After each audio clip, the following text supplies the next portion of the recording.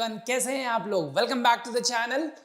पहले चैप्टर के पहले वीडियो में आप लोग को समझ में आ गया होगा कि अकाउंटिंग क्या होती है, हम उसको कैसे प्रिपेयर करते हैं, उसका प्रोसेस क्या है और अकाउंटिंग, अकाउंटेंसी और बुक कीपिंग में डिफरेंस क्या है।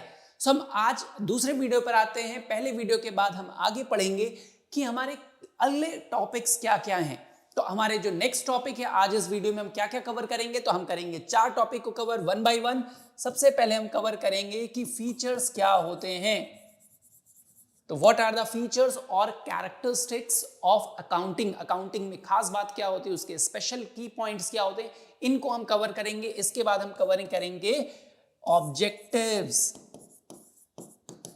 हम अकाउंटिंग को पढ़ते क्यों है भाई, हमारा पर्पस क्या है अकाउंट्स करने का, ऑब्जेक्टिव्स क्या हैं, इनको हम कवर करेंगे।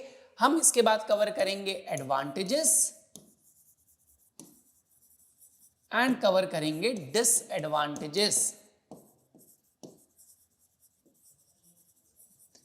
आज इस वीडियो में हम इन 4 टॉपिक को कवर करेंगे एक एक करके और समझेंगे कि भाई अकाउंटिंग पढ़ने का खास बात क्या है, अकाउंटिंग में क्या क्या मेन कैरेक्टरिस्टिक्स होते हैं, ऑब्जेक्टिव क्या है, क्यों पढ़ रहे हैं, उसके फायदे क्या हैं और उसके नुकसान क्या है। तो welcome back to chapter number 1 part 2।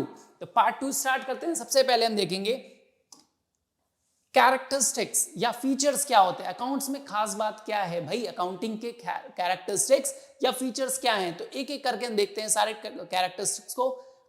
सबसे पहले हम देखेंगे आइडेंटिफिकेशन ऑफ ट्रांजैक्शन। ये आपने अगर पहला वीडियो देखा होगा तो वहां पे क्लियरली इसको एक्सप्लेन किया गया है कि सबसे पहले अकाउंट्स में हम क्या करते हैं, आइडेंटिफाई करते हैं। अकाउंटिंग की खास बात होती है कि वो आइडेंटिफाई करती है कि किस बिजनेस ट्रांजैक्शन को रिकॉर्ड करना है और किस ट्रांजैक्शन को रिकॉर्ड नहीं करना है। तो इसमें अगर आप ध्यान से पढ़ोगे तो 2 पार्ट होते थे।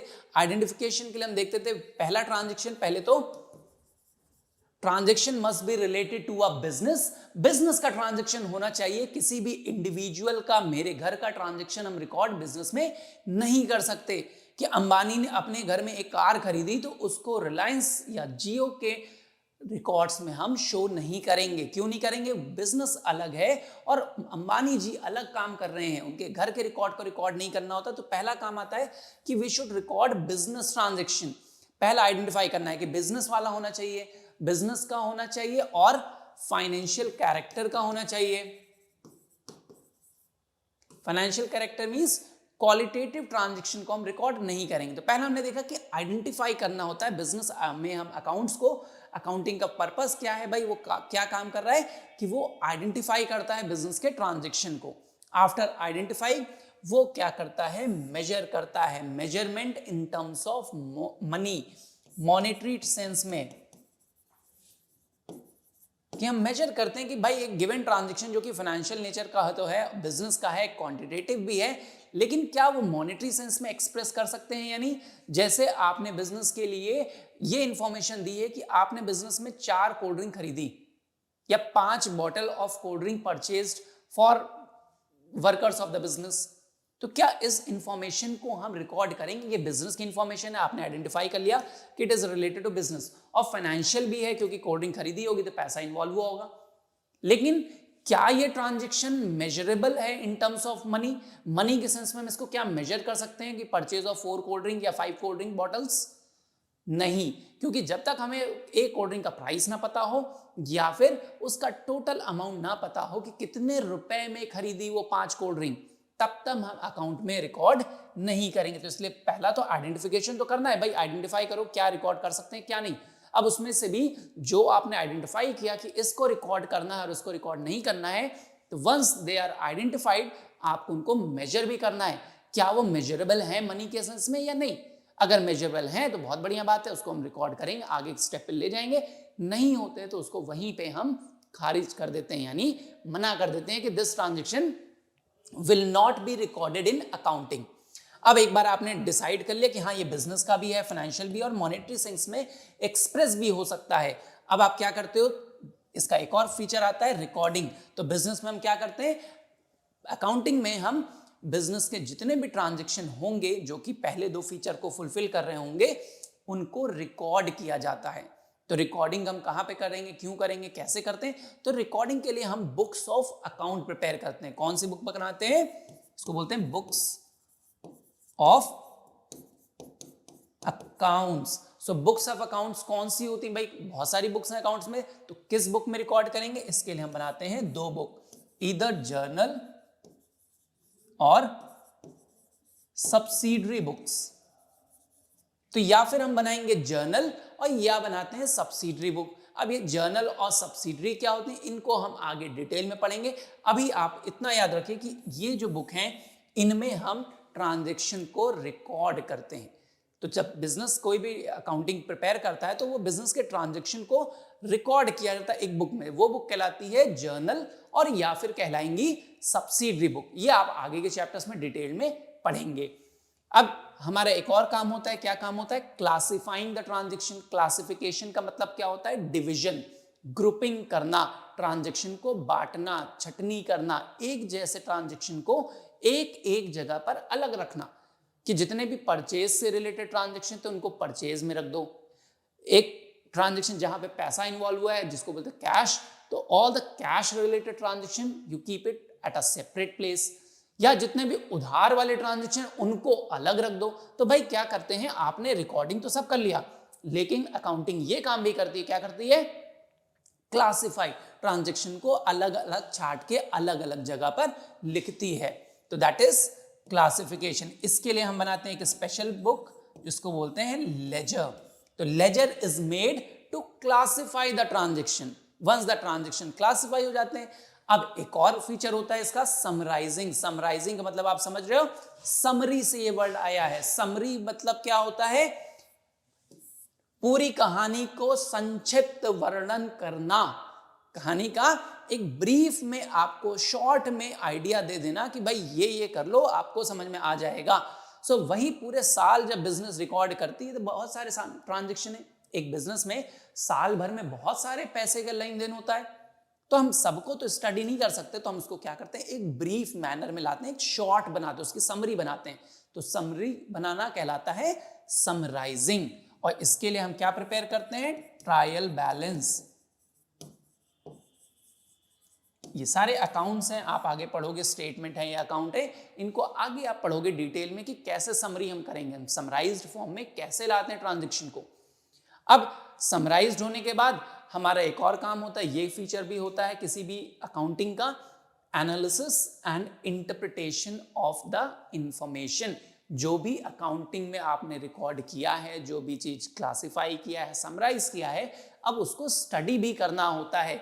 स्टडिंग मतलब to read the document, to derive the result out of it. तो हम क्या करते हैं, जो भी ट्रांजैक्शन रिकॉर्ड हुआ किसी बिजनेस में, साल भर मैंने इतना खरीदा, इतना बेचा, इतना पेमेंट किया, इतना अभी उधार पे बाकी है, हमारे इतने एसेट थे, मतलब जो भी सिचुएशन है बिजनेस की, उसको स्टडी करना इन डिटेल, उसको प्रॉपरली स्टडी करना कॉल्ड एनालिसिस। तो अकाउंटिंग क्या करती है? डेटा को स्टडी करती है, एनालाइज करती है। स्टडी यहां लिख देते हैं, to study the data. And interpretation is deriving the result out of it. उसका कंक्लूजन क्या निकलता है? रिजल्ट निकालना। तो रिजल्ट उसका क्या डिराइव करोगे कि भाई फर्म को प्रॉफिट हुआ या लॉस हुआ, या फर्म अच्छा कर रही है, डाउन हो रहा है बिजनेस, कैसा बिजनेस का रिजल्ट इस समय आया, तो उसकी परफॉर्मेंस को जज करना इज कॉल्ड इंटरप्रिटेशन। तो इस काम के लिए हम क्या करते हैं? इस काम के लिए हम बनाते हैं trading account, profit and loss account, and आप सबने सुना होगा, सबसे कॉमन वर्ड है बैलेंस शीट। तो ये सारे अकाउंट हम बनाते हैं आखिरी में रिजल्ट पता करने के लिए, इनको बोलते हैं फाइनल अकाउंट या financial statements of a business, of a company. ठीक है, इसके बाद एक और काम होता है हमारे अकाउंटिंग इंफॉर्मेशन का, दैट इज कम्युनिकेशन। तो कम्युनिकेट करना रिजल्ट को, जो आखिरी में जो भी रिजल्ट आएगा, जैसी भी फाइनेंशियल सिचुएशन मिलेगी, उनको दूसरों को बताना। किसको बताएंगे भाई? जो भी इंटरेस्टेड पार्टीज होंगे। ये हम आगे की वीडियो में कवर करेंगे इस टॉपिक को कि कौन कौन लोग होते हैं जो बिजनेस में इंटरेस्ट रखते हैं, किसको इंफॉर्मेशन देखनी होती है, हम किसको कम्युनिकेट कर रहे होते हैं। तो ये आप नेक्स्ट वीडियो में आप देख लीजिएगा।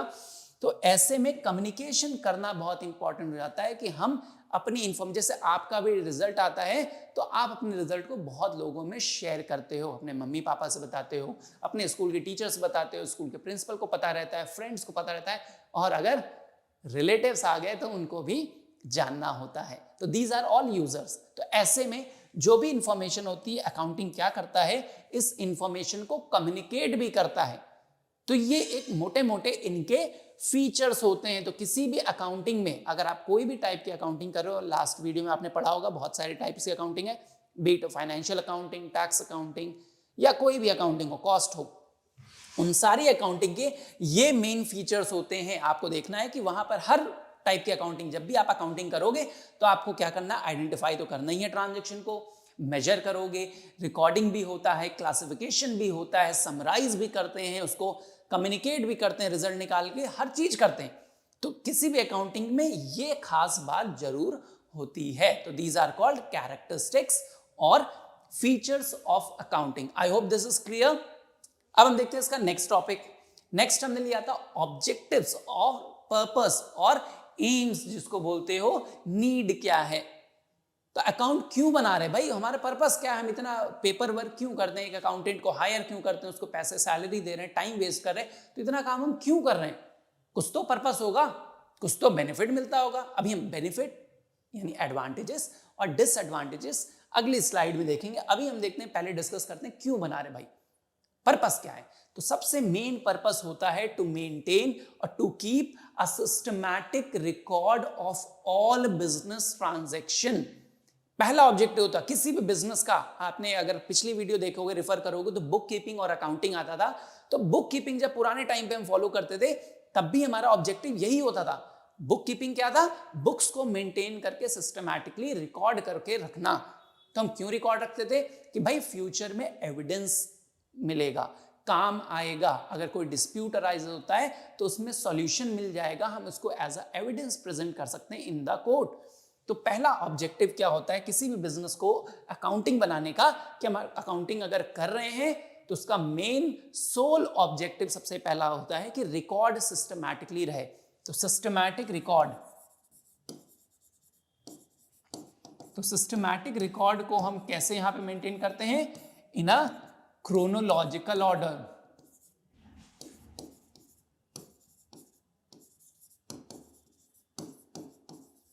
अब ये क्रोनोलॉजिकल ऑर्डर क्या होता है, ज्यादातर बच्चों को पता होगा, जिनको नहीं पता है मैं बता देता हूं। क्रोनोलॉजिकल, आप लोग फेसबुक आजकल बहुत चलाते होगे, इंस्टाग्राम चलाते होगे, तो एक टर्म आता है टाइमलाइन, आता है कि नहीं, सबको पता होगा टाइमलाइन, कि भाई 2017 में मैंने ये किया था, 2018 में ये हुआ है, ये एक्टिविटी थी 2019, 20 और 21, 22 में। तो किसी भी डेटा को जब हम डेट और टाइम वाइज अरेंज करते हैं, as and when it happens, तो उसको बोलते हैं क्रोनोलॉजिकल अरेंजमेंट। तो अकाउंटिंग में भी हमारा जो रिकॉर्ड होता है, जो सिस्टमैटिक रिकॉर्ड हम मेंटेन करते हैं, वो किस ऑर्डर में करते हैं, इन अ क्रोनोलॉजिकल ऑर्डर, डेट और टाइम वाइज। ठीक है, जो पुराना ट्रांजेक्शन वो पहले की डेट पे होगा। इससे क्या होता है, बाद में जब आप चेक करोगे तो आप इजीली देख सकते हो भाई ये ट्रांजेक्शन इस डेट पे हुआ था, तो उस डेट का रिकॉर्ड निकाल लेते हैं और आराम से आपको ट्रांजेक्शन मिल जाएगा, इजी हो जाता है। ठीक है, आपके लिए।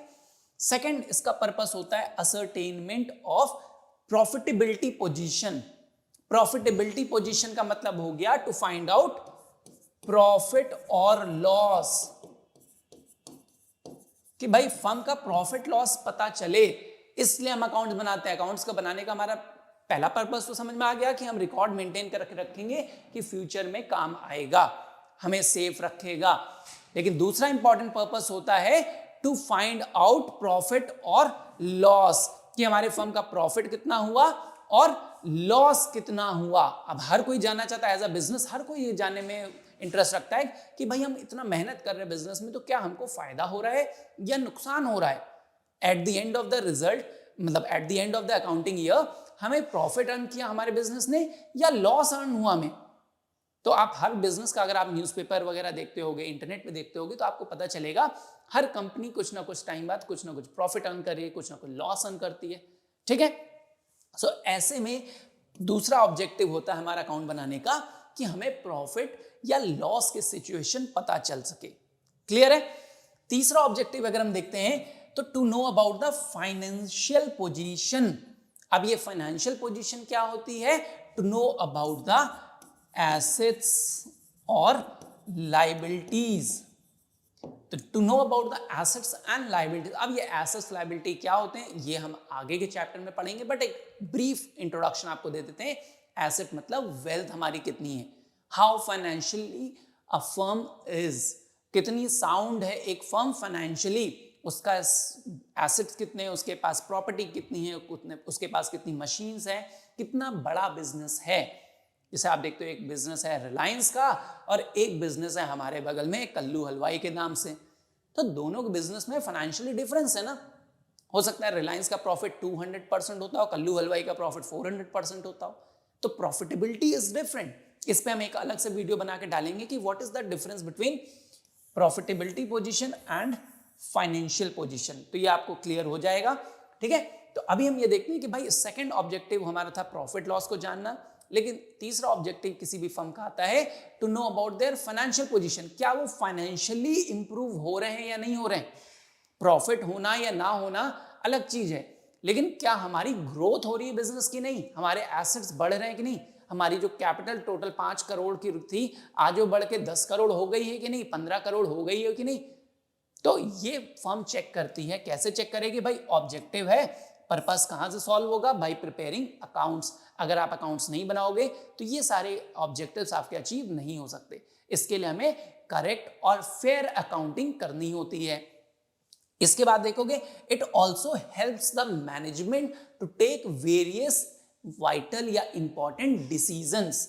मैनेजमेंट को असिस्ट करती है, हेल्प करती है। मैनेजमेंट को कैसे हेल्प करेगी भाई?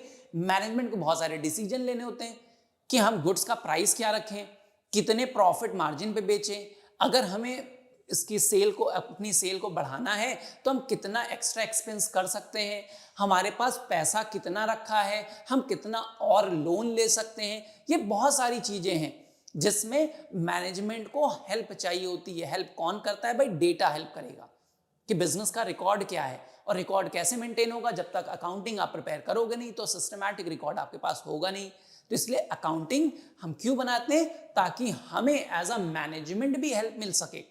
अगर हम अकाउंट नहीं बनाएंगे, जैसे एज अ स्टूडेंट अगर आपने अपना सिस्टमैटिक रिकॉर्ड नहीं रखा कि आपने अलग अलग टेस्ट में कितना कितना स्कोर किया, किस सब्जेक्ट में कैसे मार्क्स आ रहे हैं, तो you won't be able to जज योरसेल्फ ओनली।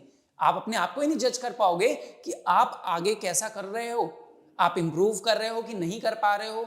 अगर आपको किसी सब्जेक्ट में प्रॉब्लम है तो कैसे उसको ओवरकम करें, किस पार्ट में टॉपिक में प्रॉब्लम आ रही, तो ये सब चीजें आप देख पाओगे तभी जब आपके पास खुद का रिकॉर्ड होगा। तो सिमिलरली अकाउंटिंग हेल्प्स, ये हमारा पर्पस सॉल्व करता है, नीड होती है मैनेजमेंट की, तो मैनेजमेंट को हेल्प करता है अकाउंटिंग। ठीक है, इसी तरह आप देखोगे कि एक और पर्पस होता है to provide information to the users. तो जितने भी इंफॉर्मेशन हमारी होती है बिजनेस की, वो बहुत सारे यूजर्स को नीडेड होती है। हमारे जो इंटरेस्टेड पार्टीज होती हैं जिनको बोलते हैं, जैसे गवर्नमेंट को हमारे ऊपर टैक्स लगाना है तो गवर्नमेंट को हमें डेटा देना पड़ता है कि हम कैसा काम कर रहे हैं। पब्लिक को हमें डेटा देना पड़ता है कि हमारी फर्म का प्रॉफिट हो रहा है कि लॉस हो रहा है। जिन्होंने हमारे यहाँ पैसे लगाए इन्वेस्टर्स, उनको इन्फॉर्मेशन अलग से देनी पड़ती है कि भाई हम आपको इन्फॉर्मेशन दे रहे हैं, देखिए हमारी कंपनी बहुत बढ़िया काम कर रही है, आप हमारे अंदर और पैसा लगाइए फर्म में। तो ऐसे उन लोग को बहुत सारी पार्टीज हैं जिनको इन्फॉर्मेशन चाहिए होती है, हम उनको इन्फॉर्मेशन देंगे। ये भी हमारा एक ऑब्जेक्टिव होता है, ये नीड होती है हमारी कि उनको जो इन्फॉर्मेशन प्रोवाइड करनी है वो कहाँ से मिलेगी? प्रॉपर अकाउंटिंग से ही मिल पाएगी। तो अकाउंटिंग करने का एक ये भी ऑब्जेक्टिव होता है कि हमें इन्फॉर्मेशन शेयर करनी है विद वेरियस पार्टीज। ठीक है, और लास्ट है protecting assets of the firm.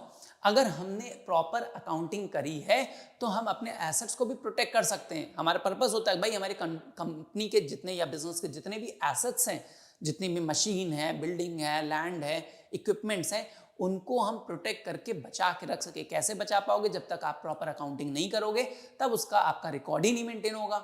तो अकाउंटिंग करने का ये भी एक पर्पस होता है कि हम जितने भी हमारे फर्म के एसेट्स हैं उनको हम संभाल के रख सकें, उनकी एग्जैक्ट वैल्यू पता करके रख सकें, और कब किसको बेच रहे हैं, खरीद रहे हैं, ये सारे रिकॉर्ड्स हमारे पास रहे। तो इनको बचाने के लिए, जैसा होता है ना गांव में अगर आप अपनी जमीन हो और छोड़ दीजिए तो लोग धीरे धीरे धीरे धीरे धीरे कब्जा करने लगते हैं। तो आप कैसे कहोगे कि मेरी जमीन है? अकाउंट्स होता है, आपके पास रिकॉर्ड होता है कि हाँ इतना स्क्वायर फीट मैंने खरीदा था देखिए, और इतना होना चाहिए मेरे पास। आपकी जमीन का रिकॉर्ड दिखाइए। तो जब रिकॉर्डिंग होती है तो उसमें फायदा हमें ही मिलता है। तो अकाउंटिंग का एक और पर्पस होता है, क्या पर्पस होता है? To protect the assets of the firm. ठीक है, तो पर्पस समझ में आया कि हम अकाउंटिंग क्यों बना रहे हैं। इसमें आप इन सारे पर्पस के लिए बनाते हो। कुछ पॉइंट्स और भी आते हैं, जैसे आप कभी देखोगे अलग अलग बुक्स में आपको मिलेगा, to prevent errors and fraud. Errors कम हो अकाउंट में, हमारे बिजनेस में एरर कम हो, फ्रॉड कम हो। ये कैसे प्रोटेक्ट होगा? प्रॉपर अकाउंटिंग से ही प्रोटेक्ट होगा भाई। अगर अकाउंटिंग आपने बना रखी है प्रॉपर, तो आपको क्या मिलेगा? एरर या फ्रॉड से प्रोटेक्शन मिलेगा।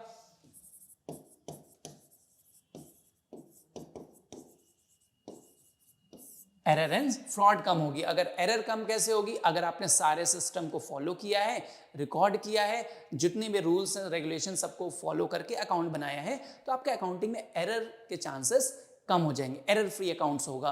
तो ये पर्पस होता है भाई, बिजनेस एरर फ्री चले, रिकॉर्डिंग एरर फ्री हो, और फ्रॉड भी कम होगा। जब आपने प्रॉपर अकाउंटिंग फॉलो की है तो कोई भी एम्प्लॉय या कोई भी जो पार्टनर होगा वो चीटिंग उसमें कम कर सकता है।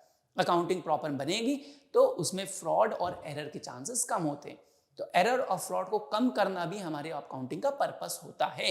तो these are the objectives. I hope these are clear कि हम अकाउंट्स को क्यों बना रहे हैं, ये आपको समझ में आ गया होगा। नेक्स्ट देखते हैं इसके फायदे क्या हैं। अब अगर आपने अकाउंटिंग बनाया तो देखिए बहुत सारे फायदे हैं, इसीलिए हम अकाउंट्स पढ़ रहे हैं। फायदे के हम देखिए, every coin has two faces, pros and cons हर चीज के हैं। अब आपको देखना है कि भाई आप प्रोस की तरफ जाना चाहते हो या कॉन्स की तरफ जाना चाहते हो, आप फायदे के लिए कर रहे हो या नुकसान को देख के आप डर जाते हो। तो ज्यादातर हम पॉजिटिव ऑप्टिमिस्टिक रहते हैं और पॉजिटिव्स देख के कोई भी काम स्टार्ट करते हैं। तो अकाउंटिंग करने के बहुत सारे फायदे हैं और इसीलिए हर बिजनेस आज के टाइम पे अकाउंटिंग कर रहा है। ठीक है, क्या क्या फायदे हैं? सबसे पहला, इट प्रोवाइड्स इंफॉर्मेशन। भाई हमको इंफॉर्मेशन प्रोवाइड करता है related to the business. Business की कोई भी जो रिकॉर्ड है, अगर हमें प्रीवियस रिकॉर्ड को चेक करना है कि फ्यूचर में हमारे पास्ट में हमारे पास ये ट्रांजैक्शन हुआ था, इसका रिकॉर्ड है क्या? कोई कस्टमर आ जाए बाद में हमसे क्लेम करें, नहीं आपके यहाँ से दुकान से सामान ले गए थे और इसको खाने से मेरी तबीयत खराब हो गई, तो कैसे मैं मानूंगी कि ये सही बोल रहा है नहीं? तो मैं चेक कर लूंगा, भाई आप ले गए थे, उसका बिल दिखाइए, रिसिप्ट दिखाइए, मैं देखता हूं आप मेरी दुकान से ले गए थे, मेरे पास रिकॉर्ड मेंटेन है, आप कब ले गए थे दिखाइए मेरे को। तो अगर आपके पास अकाउंट मेंटेन रहता है तो हमको बहुत हेल्प मिल जाती है। भाई आपको कोई भी इंफॉर्मेशन चाहिए कि हाँ, जैसे आप स्कूल में पढ़ रहे होंगे, आपने कहा सर मेरे को क्लास 5th का रिपोर्ट कार्ड चाहिए, तो जाइए आप अपने स्कूल में मांगिए, आपके स्कूल को देगा प्रॉपर रिकॉर्ड आपको। हाँ, इसके एवज में आपसे कुछ फीस चार्ज करते हैं, ठीक है, लेकिन you will get the record of your class 5 result as well. क्यों? क्योंकि स्कूल्स भी, यानी जितने भी फाइनेंशियल ऑर्गेनाइजेशन, सब अपने रिकॉर्ड को सिस्टमैटिकली रखते हैं। तो जब हमको जो इंफॉर्मेशन चाहिए वो अकाउंट से इजीली मिल जाएगी। क्लियर है?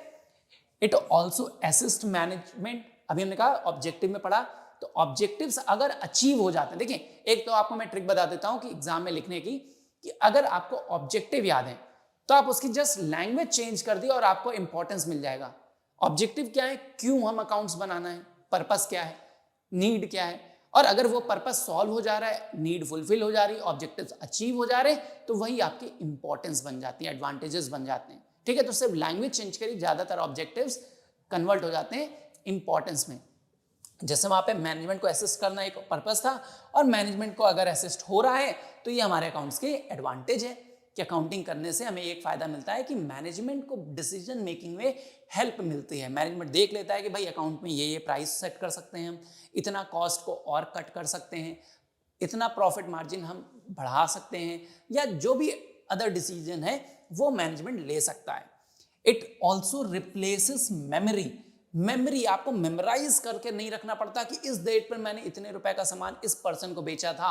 You don't have to memorise anything now, everything is on the paper. जैसे आप अपना फोन नंबर अब याद करना हर कोई भूल गया है ना, कि दोस्तों का फोन नंबर याद हो या मम्मी पापा का फोन नंबर, बहुत ज्यादा होगा अपने मम्मी पापा का फोन नंबर याद होगा। कुछ लोग तो ऐसे हैं मेरे जैसे जिनको अपना दूसरा नंबर भी नहीं याद होगा। कितने लोग हो गए? बहुत लोग हो गए जिनको अपना दूसरा तीसरा नंबर भी नहीं याद होता। क्यों? We don't need that. अब हमारे मोबाइल में सब चीज सेव है, हमारे पास इंफॉर्मेशन सारी, तो जब चीज चाहिए जो निकाल लेंगे। तो हमें मेमोराइज नहीं करना है। मेमोराइज क्या करना है? जो हम फोन में नहीं रख सकते, जैसे एग्जाम का सिलेबस फोन में लेके तो घूम नहीं सकते एग्जाम में, तो इसलिए वो मेमोराइज ही करना पड़ता है एनीवेज, ठीक है। तो इट रिप्लेसेस मेमोरी। बिजनेस को कोई चीज याद नहीं रखनी है, अगर आप सिस्टमैटिक रिकॉर्ड बनाते हो तो जब जो इंफॉर्मेशन चाहिए वो आप इजिली ड्रॉ कर सकते हो, ठीक है। It also facilitates comparative study, कि हम कंपैरिजन कर सकते हैं। कंपैरिजन किससे कर सकते हैं? अरे अपनी ग्रोथ को देख सकते हैं कि पिछले साल से हमारे बिजनेस ने इस साल कितना अच्छा किया।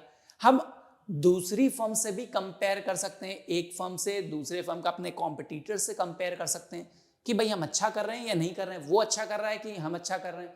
इससे क्या होती है, हमें बिजनेस को प्लानिंग करने में हेल्प मिलती है। हम प्लान बना सकते हैं कि अगर वो अच्छा कर रहा है तो अब हम ऐसा क्या करें कि हम और अच्छा करें, हमारा प्रॉफिट कैसे और बढ़ जाए, ठीक है। टैक्स लाइबिलिटी, टैक्सेबिलिटी में हेल्प करता है। भाई अगर गवर्नमेंट को टैक्स चार्ज करना है, जीएसटी आजकल टाइम पे आप देख रहे हो कि हर बिजनेस को जीएसटी फाइल करना पड़ता है, और जीएसटी का फाइल आप कैसे कर सकते हो? ओरली तो कर नहीं सकते हो कि कोई मैजिक है ऐसा हो जाएगा, नहीं। जब तक आप प्रॉपर अकाउंट नहीं बनाओगे तो आप जीएसटी फाइल नहीं कर सकते, जीएसटी की कैलकुलेशन सही नहीं रखोगे और आपके ऊपर गवर्नमेंट आ जाएगी और चढ़ जाएगी कि भाई आप गलत अकाउंट कर रहे हो और आपको जेल जाना पड़ सकता है। इसलिए आज के टाइम पे टैक्सेबिलिटी को कैलकुलेट करने के लिए अकाउंट्स बहुत जरूरी है, और ये काम अकाउंट्स ही कर पा रहा है कि अकाउंट्स की वजह से आप देख पा रहे हो कि आपके फर्म में कितना इनकम आ रही है, कितना एक्सपेंस आ रहा है, रिकॉर्ड करते हो प्रॉपर, उसके हिसाब से गवर्नमेंट को प्रूफ देते हो कि इतना इनकम आई, भाई इस पे इतना मैं टैक्स पे करूंगा, ठीक है। तो it also helps in tax assessment, facilitates funding. अगर आपको पैसे की जरूरत है, बैंक जाइए, बैंक से लोन, बैंक कहेगा अरे हम आपको ऐसे कैसे लोन दे दें, आपके नाम पे लोन तो देंगे नहीं, आप अपने स्कोर दिखाइए, सिबिल स्कोर पहले तो, उसके बाद आप अपने फाइनेंशियल रिपोर्ट्स दिखाइए कि आपके फर्म को प्रॉफिट हो भी रहा है या नहीं हो रहा है, लॉस में तो नहीं रन कर रही है, लॉस में रन करेगी या कम प्रॉफिट हो रहा है तो मैं आपको लोन या फंडिंग कैसे प्रोवाइड कर दूं। तो अकाउंटिंग आप दिखा दोगे कि भाई हमारी रिपोर्ट्स देखिए बहुत बढ़िया है, हम पिछले 4-5 साल से लगातार बहुत बढ़िया प्रॉफिट करते जा रहे हैं, अब हमें थोड़ा सा एक्सपेंशन करना और इतने पैसे की जरूरत है, आप दे दीजिए। तो अगर बैंक से जो भी इंस्टीट्यूट होंगे वो देख लेंगे तो आपको इजीली लोन मिल जाता है। तो यहां पर भी अकाउंट हेल्प कर रहा है आपको। एविडेंस इन द कोर्ट, अभी बताया कि अगर आपने डॉक्यूमेंट्स को और रिकॉर्ड को संभाल के रखा है तो बाद में अगर कोई डिस्प्यूट अराइज होता है तो you can take that document in the court as an evidence, आप उसको एविडेंस के तौर पे कोर्ट में प्रेजेंट कर सकते हैं। कानून सबूत मांगता है तो सबूत आपका अकाउंट्स बन सकता है, बिल्कुल अकाउंट होता है आपका, सबूत होगा यहां पर। सेल ऑफ बिजनेस, आपको अगर बिजनेस को बेचना है बाद में तो उसकी वैल्यूएशन करना पड़ेगा, भाई हमारा बिजनेस कितने रुपए का है, इस समय हमारी इसकी वर्थ कितनी है। तो ये ओरली तो आप बोल नहीं दोगे मेरा बिजनेस 500 करोड़ का है, खरीद लीजिए ना। तो ऐसे में अकाउंट्स हेल्प करता है कि भाई आपके बिजनेस में टोटल एसेट्स कितने हैं, या अगर आपको इंटरनली अपनी सेल बढ़ानी है, मान लीजिए सेल ऑफ बिजनेस बढ़ानी है कि हमारे गुड्स कितने हैं, हमारे उसकी सेल बढ़ जाए, हमारी सेल 1 लाख करोड़ की है, हमारा टर्नओवर 1 लाख करोड़ होता है तो उसको 2 लाख कैसे बना दे। तो इसमें अकाउंटिंग हेल्प करती है कि भाई कहाँ से हमारे किस टाइप के गुड्स बेचे जा रहे हैं, प्रॉफिट कितना किस पार्ट पे आ रहा है, कहाँ एक्स्ट्रा एक्सपेंसेस हैं, हम कॉस्ट को कैसे कम कर सकते हैं, ये बहुत सारे डिसीजन में अकाउंटिंग हेल्प करता है। तो accounting facilitate a business to increase its sales. Helpful in insolvency, at the time of insolvency, insolvency का मतलब क्या होता है, जब आप कर्जे में डूब गए हो और आप अपना कर्जा पे ना कर पाओ, ठीक है, बैंकरप्सी के स्टेज पर अगर आप आ गए हो, दिवालिया होने की स्थिति में आ गए हो, तो उसको कहलाते हैं इंसॉल्वेंसी। तो इंसॉल्वेंसी के टाइम पर भी आपको अगर फंड्स की जरूरत है तो भाई कहां से मिलेगा, अकाउंटिंग की वजह से। अकाउंटिंग अगर आप प्रॉपर कर रहे हो तो आपको चेक करते रहना पड़ता है, आप टाइम टू टाइम उसको चेक करते हो तो आपको पता चलेगा भाई आपके बिजनेस की पोजीशन कैसे चल रही है, क्या वो सही चल रही है या नहीं चल रही है, लोन बहुत ज्यादा तो नहीं हो जा रहे, अगर बर्डन बहुत ज्यादा पड़ गया है तो हम उसको टाइमली पे कर पाएंगे कि नहीं कर पाएंगे, ये सब कैसे डिसीजन ले पाओगे आप, अकाउंटिंग। तो इंसॉल्वेंसी की सिचुएशन ना आए इसलिए अकाउंटिंग बहुत हेल्प करता है, अगर आप सिस्टमैटिकली अकाउंट को प्रिपेयर कर रहे हो और उसको यूज भी करते हो, चेक भी करते जा रहे हो टाइम। इसके अलावा prevention of errors and frauds, आपने देखा कि अगर आपने अकाउंट्स को सही सही बनाया है तो बिजनेस को एक बड़ा हेल्प मिलता है कि उसके एरर फ्री होता है, क्योंकि आपने सारे अकाउंटिंग प्रिंसिपल लॉज सब सही सही अगर अप्लाई किए होंगे तो एरर के चांसेस मिनिमम हो जाते हैं, और एरर कम होगी तो फ्रॉड भी आप प्रोटेक्ट कर सकते हो। अकाउंटिंग अगर आपने सही सही बनाई है तो फ्रॉड के चांसेस कम है, कोई पैसा निकाल ले जाए या कुछ ऐसा गड़बड़ हो जाए तो उसके चांसेस बहुत कम हो जाते हैं। तो अकाउंट ऐसे भी हेल्प करता है, बिजनेस को हेल्प कर रहा है डिसीजन मेकिंग में, उसको अपने ग्रोथ से रिलेटेड, प्रॉफिट से रिलेटेड या कोई भी डिसीजन लेना है तो वो किसके बेसिस पे लेता है? अकाउंटिंग के बेसिस पे। एंड हेल्पफुल इन सेटलमेंट, आखिरी में अगर कोई डिस्प्यूट आता है, फाइनेंशियल डिस्प्यूट, या हमें आखिरी में कोई भी सेटलमेंट करना है बिजनेस का, कि बिजनेस को सेटल कर रहे हैं, मान लीजिए at the time of reconstitution कोई नया पार्टनर आया या एक पार्टनर बिजनेस को छोड़ के जा रहा है, तो उसको कितना पैसा पे करना है भाई? अगर एक पार्टनर रिटायर हो रहा है मान लीजिए बिजनेस से, तो उसको कितना पैसा पे करेंगे? कैसे हम पता चलेगा? तो हम अगर अकाउंटिंग प्रॉपर बना के रखते हैं तो हमको ये पता चल जाता है कि भाई इस पार्टनर ने अपनी लाइफ टाइम में इतना इतना काम किया है, इतना इतना पैसे लगाए, इतना हमने उसको सैलरी दी है, इतना कमीशन दिया है, या जो भी चीजें हैं, तो आखिरी में उसका total sum total at the time of retirement इतना बन रहा है। तो वो कैसे पॉसिबल है? हम उसके अकाउंट का सेटलमेंट कैसे करेंगे? प्रॉपर अकाउंटिंग से। तो अकाउंटिंग अगर हमारी स्ट्रांग है और हमने सही सही बनाया है तो ये सारे एडवांटेजेस हमको मिलते हैं। इसके बियॉन्ड भी बहुत एडवांटेजेस हैं, हमने ये जो मेन इंपॉर्टेंट थे उनको कवर किया। अब एक और पॉइंट बचता है, हम देख लेते हैं कि इसके लिमिटेशंस क्या क्या हैं। भाई इसमें कुछ खामियां भी तो होंगी, हर चीज में अच्छी तो चीजें होती नहीं है, कुछ ना कुछ डिमेरिट भी है। तो क्या क्या डिमेरिट है देखते। सबसे पहला, accounting is always affected by personal biasness, personal judgement of the accountant. कई बार ये बोला जाता है कि भाई कुछ ट्रांजेक्शन ऐसे होते हैं जहां एक अकाउंटेंट और दूसरे अकाउंटेंट के व्यू पॉइंट में वेरिएशन आ सकता है। एक कहेगा कि नहीं इसको रिकॉर्ड नहीं करना चाहिए, दूसरा कहेगा हाँ इसको रिकॉर्ड कर सकते हैं। जैसे एक हमने एग्जांपल आपको दिया था कि अगर कोई बिजनेस में आपको एक फंडिंग रिसीव हो, आपको कुछ पैसे मिले, आप शॉप पे बैठे हो और आपको पैसे मिलते हैं, तो यू हैव टू डिसाइड कि ये बिजनेस का पैसा है या आपका पैसा है। कोई कस्टमर आता है आपकी दुकान में, सामान खरीद के जाता है और उसमें उसने कुछ एक्स्ट्रा पेमेंट कर दिया और वो चला गया, आपने उसको रिफंड नहीं कर पाए। जब तक आपके दिमाग में आया तब तक वो कस्टमर जा चुका था, आपको उसको ना नाम पता था ना नंबर पता था। तो ऐसे में उस एक्स्ट्रा पैसे को आप कहाँ रखोगे? अपनी जेब में या ईमानदारी से बिजनेस के खाते में दिखाओगे? तो यह क्या आ गया? पर्सनल बायसनेस आ गई। भाई जिसको जैसा लगेगा वो कर सकता है। ऐसे बहुत से अकाउंटिंग ट्रांजैक्शन होते हैं जहां पर हम कुछ चीजों को अज्यूम कर लेते हैं कि भाई ये बिजनेस का, और कुछ चीजों को नहीं मानते।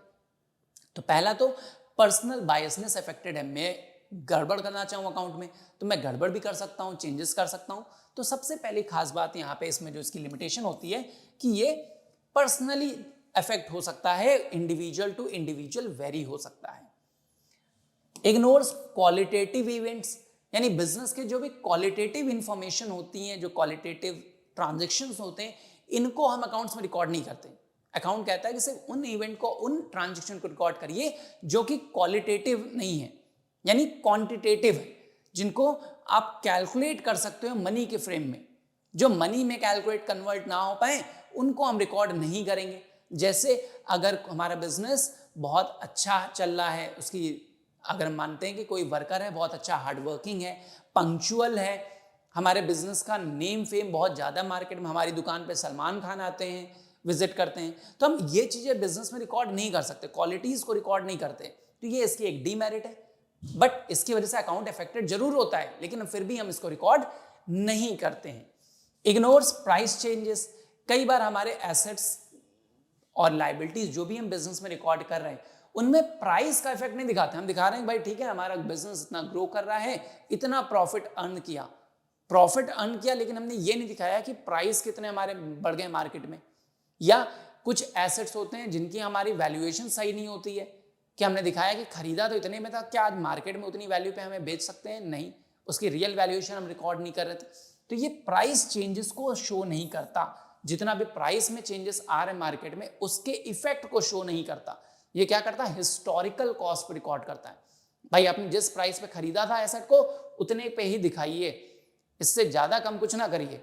तो हमने खरीदा था, अगर आपने बिजनेस को खरीदा था जब उसकी वैल्यू थी प्रॉपर्टी की 5 लाख रुपए, आज उसकी वैल्यू बढ़ के 5 लाख की जगह 5 करोड़ हो चुकी है, तो हम अकाउंट्स में 5 करोड़ दिखाई नहीं रहे।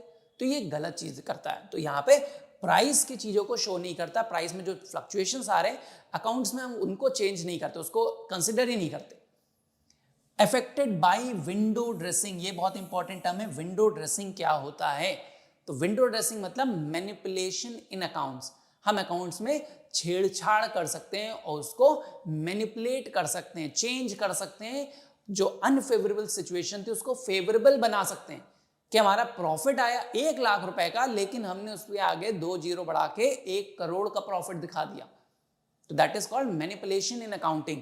और अकाउंट्स में ये पॉसिबल है भाई, ह्यूमन है, अभी हमने पढ़ा ना, पर्सनल जजमेंट हो सकता है, पर्सनल बायसनेस है, तो personally accountant to accountant it may vary, एक अकाउंटेंट उसको सही रख सकता है तो दूसरा आकर उसमें गड़बड़ भी कर सकता है। तो अकाउंट्स में ये बहुत होता है, आपने बहुत सारे केसेस देखे हैं, इसके एग्जांपल हम बाद में देंगे आपको। तो जहां पर accounting is also affected by window dressing, तो इसमें मैनिपुलेशन, छेड़छाड़ हो सकती है, अकाउंट के डेटा को आप चेंज कर सकते हो। कई बच्चों को मिलते हैं आजकल, आप वायरल मीम भी देखते हो कि अगर F ग्रेड मिला है तो बच्चे उसको क्या कर देते हैं, घर से जाते जाते A+ बना देते हैं, ठीक है। तो इस तरीके से इन चीजों को चेंज कर देना इज कॉल्ड विंडो ड्रेसिंग। तो यही अकाउंट्स में पॉसिबल है भाई, मिलता है कुछ और है डेटा, एक्चुअल डेटा कुछ और होता है और हम उसको चेंज करके कुछ और कर देते हैं, ठीक है। ये सही प्रैक्टिस नहीं है, गलत है, इसके लिए आपको जेल होती है। Not suitable for forecasting, accounting हमारा क्योंकि पास्ट रिकॉर्ड को दिखा रहा होता है, हमारे फ्यूचर की गारंटी नहीं लेता कि पिछले 3 साल से मैं लगातार इतना प्रॉफिट अर्न कर रहा हूं तो आगे भी इतना ही करूंगा, इसकी कोई गारंटी नहीं है, ठीक है। इसलिए फोरकास्टिंग के लिए अकाउंट्स को अगर हम ना ही यूज करें तो ही बेटर होता है। कि हम देख रहे हैं पिछले 3 साल से रिलायंस का प्रॉफिट बहुत ज्यादा हो रहा है तो अगले साल भी होगा, ऐसा कोई गारंटी नहीं है, कम भी हो सकता है और बहुत ज्यादा भी हो सकता है, ठीक है। एंड लास्ट आपका आता है बेस्ड ऑन एस्टिमेट्स। दो अकाउंट्स में हम ज्यादातर चीजों को अपने मर्जी से नहीं रिकॉर्ड करते, हम उसका वाउचर्स देखते हैं, सोर्स डॉक्यूमेंट देखते हैं और एविडेंस के बेसिस पे ही रिकॉर्ड करते हैं, लेकिन not every time. Accounting is not fully exact, है ना, फुल्ली एग्जैक्ट नहीं होती है कि जहां पर हम एग्जैक्टली एज इट इज जो चीजें हैं वैसे रिकॉर्ड करें। कई जगह हमको एस्टिमेट्स मानने पड़ते हैं, अपने पर्सनल जजमेंट लगाने पड़ते हैं, जैसे कि एसेट की वैल्यू कितनी कम होगी, इसका कोई व्यूज नहीं है भाई। आज हमारे पास एक मोबाइल फोन है या एक एसेट है हमारी, ये टीवी हमारी एक एसेट है, हमारी स्क्रीन ये एक एसेट है, मान लेते हैं इसकी वैल्यू 50,000 रुपए है और 50,000 से अगले साल इसकी वैल्यू कम हो जाएगी, तो कितनी कम होगी, ये तो हमें मानना पड़ेगा ना।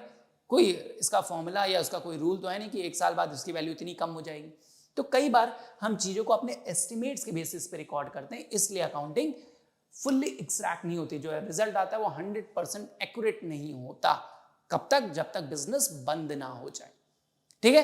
तो ये कुछ डीमेरिट्स थी। इसके अलावा अगर आप लिखना चाहो तो डीमेरिट्स बहुत सारी होती हैं भाई। अकाउंट्स को करने में आपको पैसा खर्च करना पड़ेगा, अकाउंटिंग स्पेशलिस्ट हायर करना पड़ेगा, टाइम टेकिंग प्रोसेस होता है, ठीक है, it is not a economical process, बहुत सारे डिसएडवांटेजेस हैं। तो आई होप आज का वीडियो आपको समझ में आएगा कि अकाउंटिंग में 4 चीजों को कवर किया हमने इंट्रोडक्शन में। सबसे पहले कैरेक्टरिस्टिक्स क्या है अकाउंटिंग के, फिर ऑब्जेक्टिव्स क्या है, क्यों प्रिपेयर करते हैं अकाउंटिंग, उसके फायदे क्या हैं और उसके नुकसान क्या थे। तो बाकी के जो टॉपिक बचे हैं हमारे, उनको हम नेक्स्ट वीडियो में करेंगे। Till then take care, bye bye.